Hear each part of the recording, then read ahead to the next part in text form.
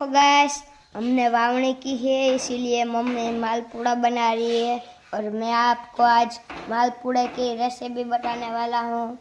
देखो, तो ये देखिए, ये है इसका मिक्सर। तो ये तेल आ गया और इसको मिला देंगे। देखो, अब इस चारों ओर फैला देंगे।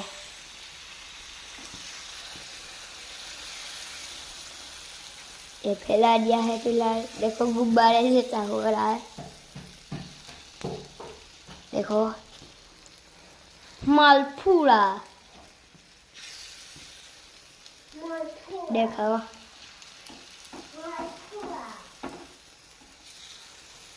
अभी चारों ओर फैल रहा है और इसको उल्टा किया जाएगा।